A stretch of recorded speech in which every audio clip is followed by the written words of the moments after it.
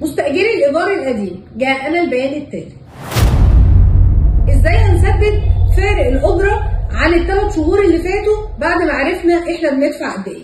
يعني لو حضرتك مثلا في منطقة متميزة وبقت الأجرة بتاعت حضرتك 3000 جنيه في الشهر وانت شهر 9 دفعت بس 250 جنيه، فكده مطالب ان حضرتك هتدفع في شهر 12 ال 3000 جنيه المقررين عن شهر 12 و2750 الفارق بتاع الأجرة عن شهر 9، وده بالظبط اللي هيحصل في شهر يناير وفي شهر فبراير. ومجرد ما حضرتك تنتهي من سداد فارق الأجرة هتقدر من أول شهر مارس تنتظم فيه الأجرة وفقا للأجرة المقررة عليك، مش هتدفع زيادات تاني.